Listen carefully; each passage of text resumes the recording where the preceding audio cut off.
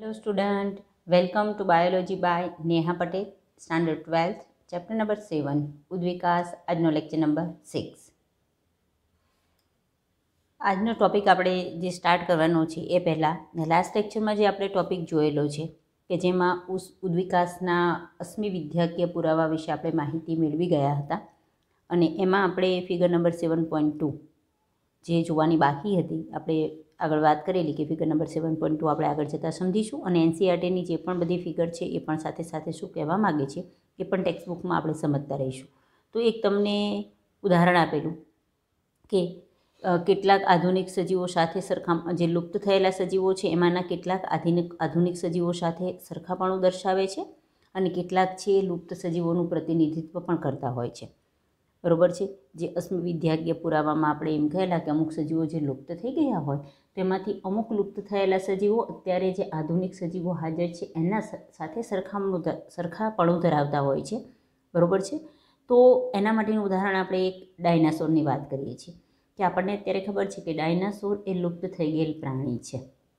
તો અહીંયા ધારો કે એક વંશાવલી વૃક્ષ દર્શાવેલું છે ડાયનાસોરનું, જેમાં અલગ અલગ પ્રકારના ડાયનાસોર તેમજ આજકાલના સજીવો જેવા કે મગર અને પક્ષીઓ એનું વંશાવલી વૃક્ષ આમાં સમાવિષ્ટ છે. એટલે અહીંયા ધારો કે મધ્યમાં અહીં તમે લો કે કોઈ સામાન્ય પૂર્વજ છે. આ સામાન્ય પૂર્વજમાંથી આ જે બધા એરા દર્શાવેલા છે એ બધા દર્શાવે છે કોઈ એક જ પૂર્વજમાંથી આ બધા સજીવોનું શું થયું હશે, નિર્માણ થયું હશે. જેમ કે કોઈ એક એવો સજીવ કે જે કોઈ સામાન્ય કોમન અહીંયા પૂર્વજ હશે એમાંથી જ સ્ટેગોસોરસ પ્રકારના જે ડાયનાસોર છે એની ઉત્પત્તિ થઈ હશે કે જે સામાન્ય રીતે પ્લાન્ટ ઇટિંગ ડાયનાસોર હશે એવું માનવામાં આવે છે. બરાબર. જો સ્ટેગોસોરસ અહીંયા તમારે આ ફિગર યાદ રાખવા માટે જોઈ શકો કે અહીંયા આ ડાયનાસોર એના શરીર પર આવી ચોક્કસ પ્રકારની ફિગર જોઈ શકાય તો એને સ્ટેગોસોરસ કહીએ છીએ. પછી આ સાઈડ આવી જાઓ તો આ એક સામાન્ય પૂર્વજમાંથી જે બીજા ડાયનાસોરની ઉત્પત્તિ થઈ છે જેને કહેવાય છે બ્રેકિયોસોરસ. એનું સ્પેલિંગ જુઓ તો BRANCHI એવો થાય છે એટલે બ્રાન્ચિયોસોરસ પણ કહી શકાય. તો આને કઈ રીતે યાદ રાખી શકો કે એની ડોક છે લાંબી, ડાળી જેવી, બ્રાન્ચ જેવી છે, બ્રેકિયોસોરસ, અથવા એનું સ્પેલિંગ BRANCHIOSAURS થાય છે એટલે બ્રાન્ચિયોસોરસ. બરાબર છે. તો અહીંયા બે આ રીતે યાદ રાખીશું. કેમ ભાઈ આ ખાસ કોઈ ક્વેશ્ચન તરીકે ન પૂછાઈ શકે પણ આગળ પણ મેં તમને કહેલું છે એ પ્રમાણે કે એનસીઈઆરટીની જે ટેક્સ્ટબુક હોય એમાં આપેલી કોઈ પણ ફિગર, કોઈ પણ વસ્તુ એને આપણે ધ્યાનથી સમજીએ તો વધારે સારું પડે છે. બરાબર. ચલો તો આ બે આ રીતે યાદ રાખીશું. ચલો યાદ રહી જશે સ્ટેગોસોરસ. આ ફિગર પરથી યાદ રાખીશું સ્ટેગિંગ જેવું, અહીંયા સ્ટેપ જેવું દેખાય છે એના પરથી સ્ટેગ. બરાબર છે. આ ખાલી હું ટ્રીક આપું છું. બ્રેકિયોસોરસ અથવા જેને બ્રાન્ચિયોસોરસ કહેવાય એની ડોક બ્રાન્ચ જેવી છે એટલે બે અહીંયા યાદ રાખી લઈએ. ચલો પછી ત્રીજું અહીંયા જે તમને લાઇનિંગ આપેલી છે એ છે આર્કિયોપ્ટેરિક્સ. ચલો આર્કિયોપ્ટેરિક્સ માટે બીજી એક મહત્ત્વની વસ્તુને એમનામ પણ એનસીઈઆરટીમાં તમારે આ વસ્તુ યાદ રાખવાની છે. MCQ માટે પણ પૂછાઈ શકે. આર્કિયોપ્ટેરિક્સ છે એને જોડતી કડી અથવા જે મિસિંગ લિંક છે એ પણ કહી શકાય, ખૂટતી કડી કહી શકાય અથવા જોડતી કડી. કેમ કે કોઈ બે વર્ગના લક્ષણો કોઈ એક જ સજીવમાં જોવા મળે તો આપણે એને જોડતી કડી કહીએ છીએ. આ જે આર્કિયોપ્ટેરિક્સ છે એની અંદર સરીસૃપ વર્ગ અને વિહગ વર્ગ એટલે કે પક્ષી વર્ગ બંનેના લક્ષણો જોવા મળે છે. એટલે અહીંયા MCQ માટે પણ તમે ધ્યાન રાખીશો કે આર્કિયોપ્ટેરિક્સ એ જોડતી કડી છે કયા બે વર્ગની, સરીસૃપ વર્ગ અને વિહગ વર્ગ. તો આ વસ્તુ અહીંયા યાદ રાખીશું. તો આર્કિયોપ્ટેરિક્સને પણ આપણે સ્પેશિયલી એ રીતે યાદ રાખવાનું છે. બરાબર છે. ચાલો પછી જે અહીંયા એમાંથી જે એક સજીવનું નામ આપ્યું છે એ છે અહીંયા પહેલાં ઉપર જોઈ લઈએ. આર્કિયોપ્ટેરિક્સની ઉપર તરત જ અહીંયા જે છે એ આ લાઇનિંગ અંદરથી નીકળે છે જેને ક્રોકોડેલિયન કે જે આપણે ક્રોકોડાઇલ કહીએ અત્યારે, મગર, કે હાલમાં અસ્તિત્વ ધરાવતું સજીવ છે. એટલે આ તો એ જ રીતે યાદ રહેશે. પછી આવે છે ટેરેનોડોન. ટેરેનોડોન શું છે તો એ એક પ્રકારનું વિહગ વર્ગ એટલે તમે એવું કહી શકો કે ફ્લાઇંગ રેપ્ટાઇલ્સ, ઉડતા સરીસૃપો છે. બરાબર. ઉડી શકે એવું સરીસૃપ વિહગ વર્ગનું સજીવ કે જે અત્યારે પક્ષીઓ હાલમાં પણ અસ્તિત્વ ધરાવે છે. તો આ બે સજીવ કે જે હાલમાં અસ્તિત્વ ધરાવે છે આ બધા છે જે લુપ્ત થઈ ગયેલા છે. ચલો આ સજીવ બીજી પણ એક અહીંયા તમને એક દર્શાવેલી છે ટ્રાયસેરોટોપ્સ. આમ પણ અહીંયા ટોપ ઉપરથી યાદ રાખવાનું કે એનું ટોપ કંઈક અલગ જ છે, એનું માથું જોવો કંઈક અલગ છે એટલે ટ્રાયસેરોટોપ્સ. ટ્રાય 3 ટ્રાયેંગલ જેવું એનું ટોપ્સ દેખાય છે, એ રીતે યાદ રાખી શકો, ટ્રાયસેરોટોપ્સ. તો એ પણ એક પ્રકારના ડાયનોસોર હતા, પ્લાન્ટ ઇટિંગ ડાયનોસોર, કે જે હાલમાં અસ્તિત્વ ધરાવતા નથી. બરાબર. એવી જ રીતે ટ્રાયરેનોસોરસ. તો ટ્રાય પરથી આ બે વસ્તુ યાદ રાખવાનું છે, ટ્રાયસેરોટોપ્સ અને ટ્રાયરેનોસોરસ. તો એ પણ એક પ્રકારના, સામાન્ય રીતે આમ તો એને ફ્લેશ ઇટિંગ એટલે કે માંસ ખાતા હોય એવા ડાયનાસોર કહેવામાં આવે છે. તો એ પણ અત્યારે અસ્તિત્વ ધરાવતા નથી. બરાબર. તો તમે અહીંયા જો આ રીતે જોઈ શકો છો કે અહીંયા એક આખું વંશાવલી વૃક્ષ આપેલું છે અને એ દર્શાવે છે કે ધારો કે તમે અહીંયા કોઈ કોમન સજીવ લો, એવા ડાયનાસોર, ઉચ્ચ કક્ષાના સરીસૃપો. બરાબર. Great reptiles. ડાયનાસોર આમ પણ એક ઉચ્ચ કક્ષાના સરીસૃપ વર્ગમાં જ હશે એવું માનવામાં આવે છે.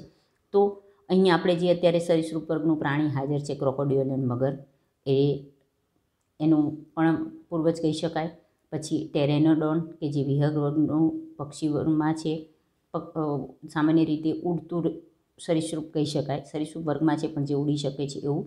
પછી અહીંયા બે મેં તમને કીધું, સ્ટેગોસોરસ અને બ્રેકિયોસોરસ, એ રીતે યાદ રાખો છો. આર્કિયોપ્ટેરિક્સ તો આમ પણ વચ્ચે આપણે યાદ રાખવાનું છે કે સરીસૃપ અને વિહંગ, એટલે આ બંને વર્ગ, સરીસૃપને અને વિહંગ વર્ગને જોડતી કળી સ્વરૂપે છે.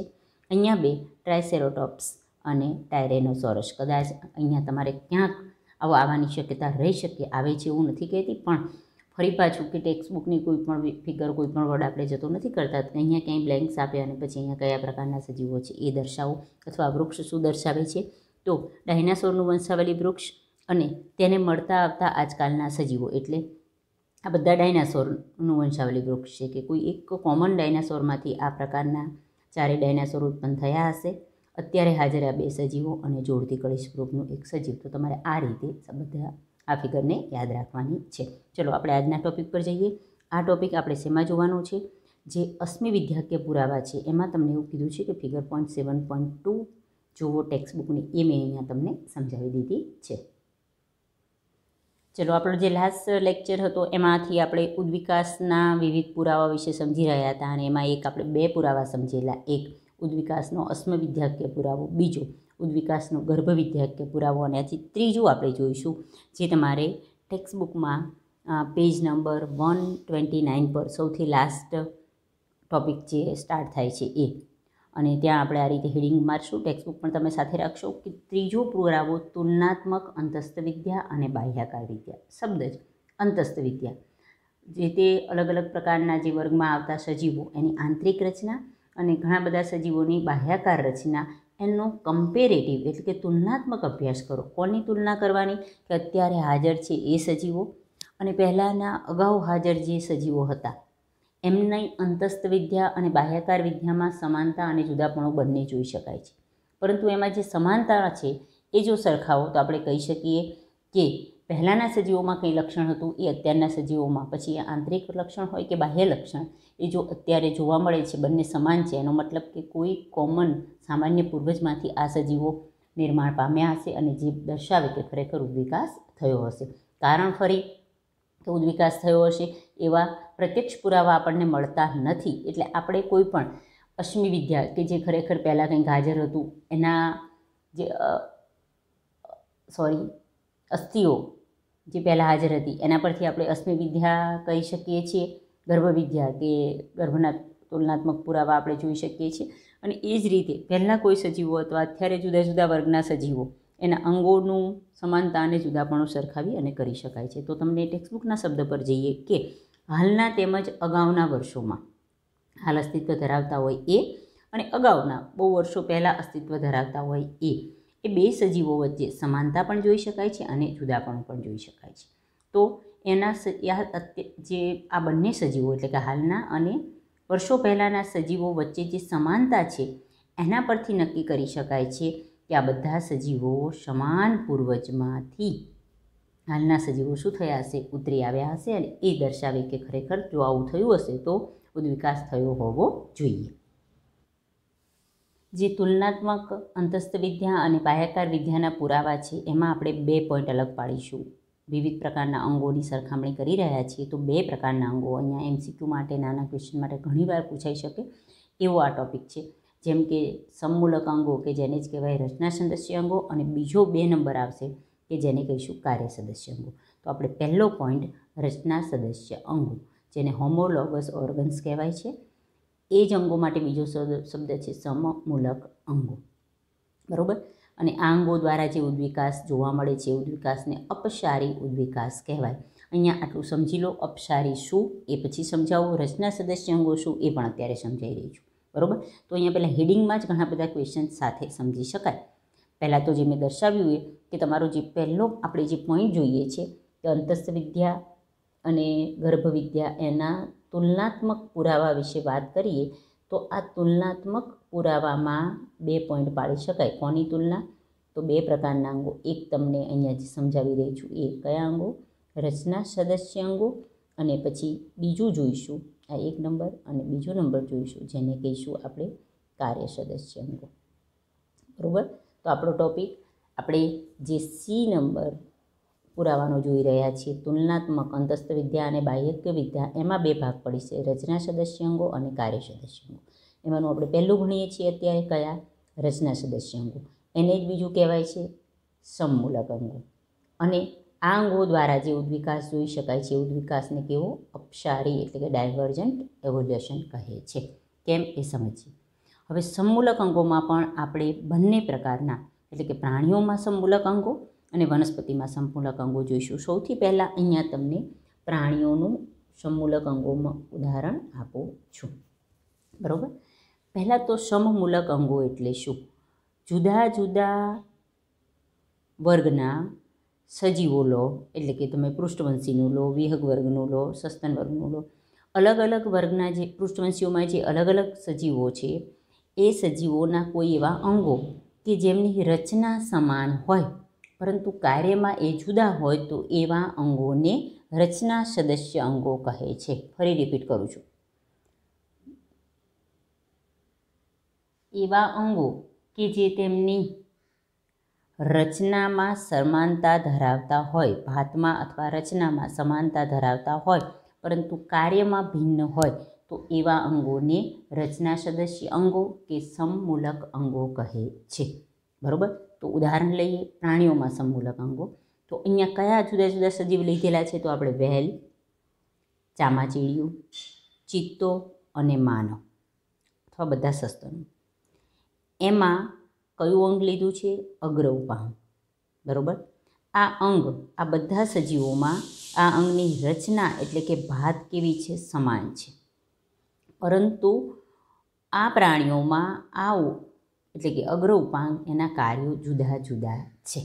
બરાબર. તો થયું કે એવા અંગો એટલે કે અગ્ર ઉપાંગ કે જે એની રચનામાં સમાનતા દર્શાવતું હોય પરંતુ કાર્યમાં ભિન્ન હોય, રચના સરખી રચના સદસ્ય અંગો કહે છે. તેઓ એમની અંતસ્થ રચનાકીય સમાનતા ધરાવે. આગળ પણ જોયું કે આપણે તુલનાત્મક પુરાવામાં કાં અંતસ્થ વિદ્યામાં સરખાપણું હોય અથવા બાહ્યાકાર વિદ્યામાં. અહીંયા એ કઈ રચનામાં સમાનતા દર્શાવે છે? તો અંતસ્થ રચનામાં સમાનતા દર્શાવે છે. ચલો, શું સમાનતા છે આંતરિક રચનામાં? આપણે કંકાલતંત્ર વિશે સામાન્ય રીતે સ્ટાન્ડર્ડ 11માં સમજી ગયા છીએ અને એમાં આપણે માનવીનું જે અગ્ર ઉપાંગ છે એમાં આવેલા વિવિધ પ્રકારના અસ્થિઓ વિશે સમજી રહ્યા છીએ કે આ બધાના અગ્ર ઉપાંગમાં ભુજાસ્થિ, અર્યાસ્થિ, પ્રકોષ્ઠાસ્થિ, મણિબંધાસ્થિ, પશ્વ મણિબંધાસ્થિ અને અંગુલિયાસ્થિ, આ 3 બધા જ એટલે કે વહેલ લો, ચિત્તો લો, ચામાચીડિયું લો, માનવી લો, તો એ બધાના અગ્ર ઉપાંગમાં આ પ્રકારના અસ્થિઓ જોવા મળે છે. એનો મતલબ કે અંતસ્થ રચનાકીય દ્રષ્ટિએ બધાના અગ્ર ઉપાંગ સરખા છે. બરાબર. આમ આ પ્રાણીઓમાં એક સરખું બંધારણ એટલે કે રચના ધરાવતા અંગોનો વિકાસ થયો છે, પરંતુ તે જુદી જુદી દિશામાં અને જુદી જુદી જરૂરિયાત મુજબ અનુકૂલિત થયા. રચના સરખી છે પણ જે દિશામાં જે એરિયામાં એ જે સજીવો રહે છે ત્યાં એમની જરૂરિયાત મુજબ એ કાર્ય કરવા માટે અનુકૂલિત થયા. તો એ બધા સજીવોમાં કાર્ય કેવા રહ્યા છે? ભિન્ન છે. એટલે આ અગ્ર ઉપાંગ બધા સજીવોમાં કાર્ય કેવું કરે છે? અલગ કરે છે. બરાબર. એટલે આવા ઉદ્વિકાસને શું કહેવાય? અપસારી ઉદ્વિકાસ. ચલો, અપસારી ઉદ્વિકાસ સમજાવવા માટે તમને અહીંયા ખાસ એક વસ્તુ સમજાવું કે કેમ એને અપસારી કહેવાય. જુઓ, સજીવો છે અહીંયા અને એનું અગ્ર ઉપાંગ આપણે લીધેલું છે. તો અગ્ર ઉપાંગની રચના બધામાં કેવી રહે છે? સમાન. પરંતુ એમાં કાર્ય અને અનુરસીને, ધારો કે ચિત્તો છે એનું અગ્ર ઉપાંગ, માનવી છે એનું અગ્ર ઉપાંગ, પછી ધારો કે અહીંથી આપણે ચામાચીડિયું છે જે આપણે ઉદાહરણ લીધા છે એની જ વાત કરીએ, એનું અગ્ર ઉપાંગ, અને તમે વહેલ છે એનું અગ્ર ઉપાંગ લો તો આ બધાના અગ્ર ઉપાંગ છે એના કાર્યભિન્ન છે. એનો મતલબ કે આ બધાના અગ્ર ઉપાંગની રચના એક પોઈન્ટ પર સમાન છે. અહીંથી આમ ડાયવર્ટ થાય છે, ડાયવર્જન્ટ એટલે કે ડાયવર્ટ થવું.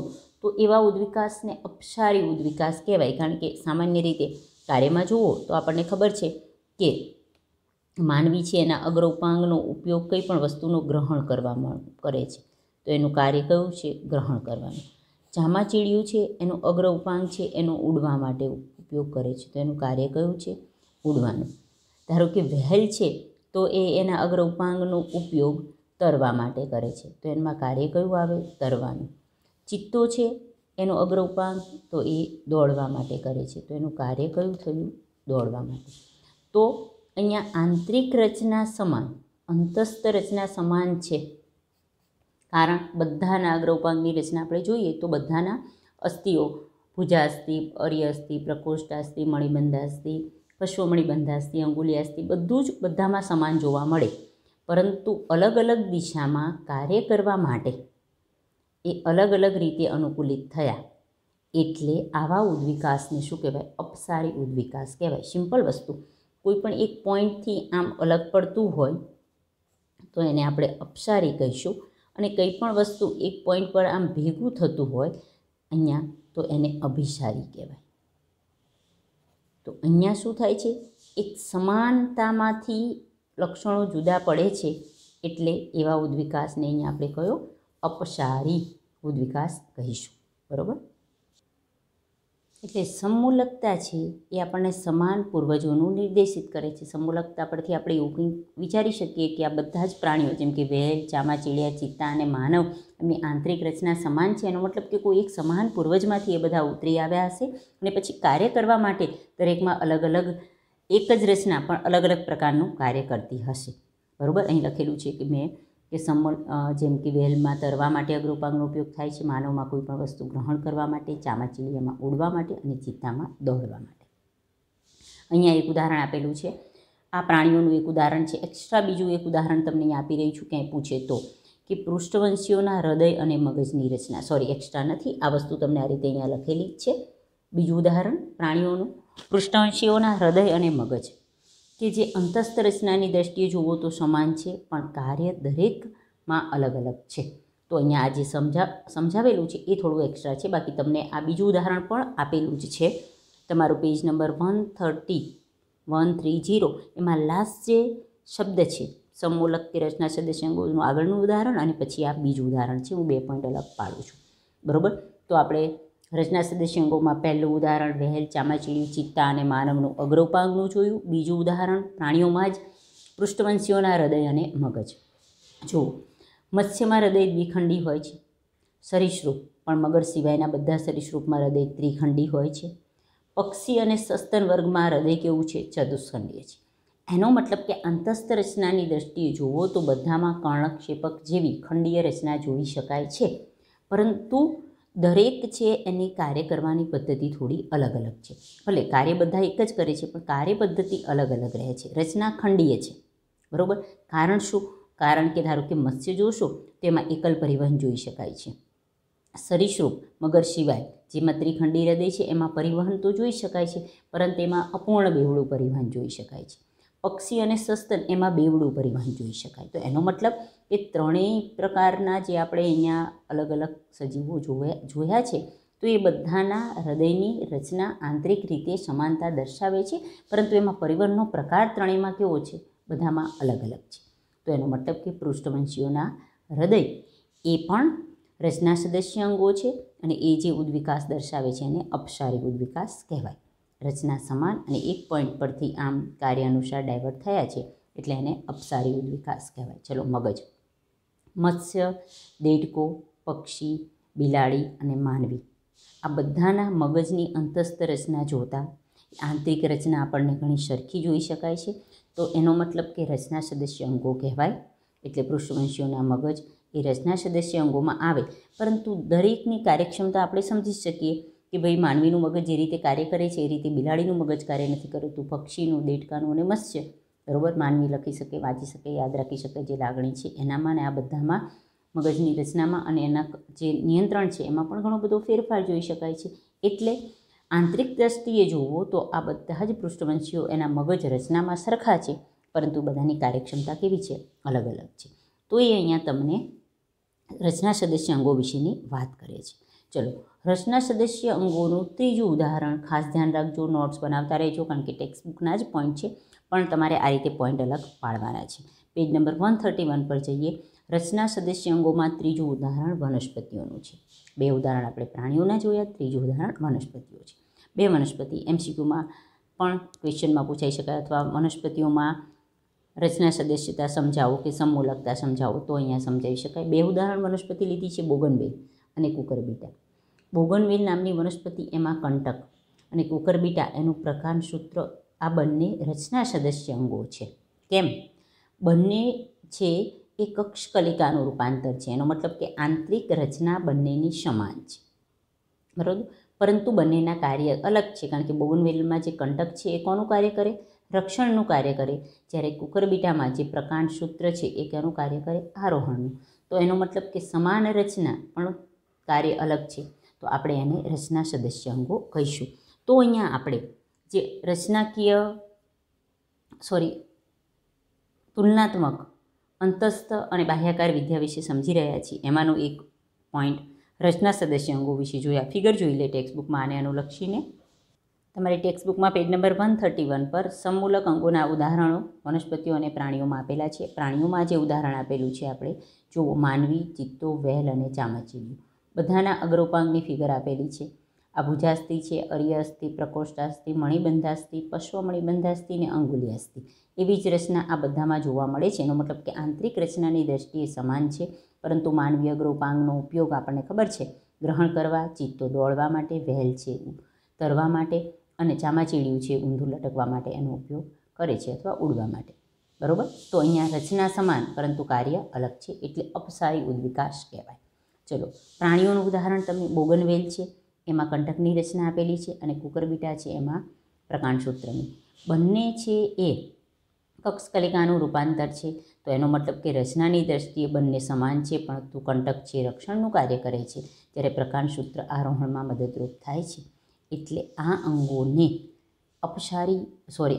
રચના સદસ્ય અંગો અને ઉદ્વિકાસને કેવો કહીશું? અપસારી ઉદ્વિકાસ કહીશું. ફરી ખાસ યાદ કરાવી દઉં, અહીંયા આ વસ્તુ ખાસ તમારે યાદ રાખવાની છે કે રચના સદસ્ય અંગો એટલે જ સમમૂલક અંગો, અને એમાં કયા પ્રકારનો ઉદ્વિકાસ જોવા મળાય? તો અપસારી ઉદ્વિકાસ. ખાસ રચના સરખી હોય પરંતુ કાર્ય ભિન્ન હોય એ યાદ રાખવાનું છે. બરાબર, તો અહીંયા આપણે એક પોઈન્ટ પૂરો કરીએ છીએ. બીજા પ્રકારના અંગો કે જેને કાર્ય સદસ્ય અંગો કહીએ એના વિશે હવે સમજીએ.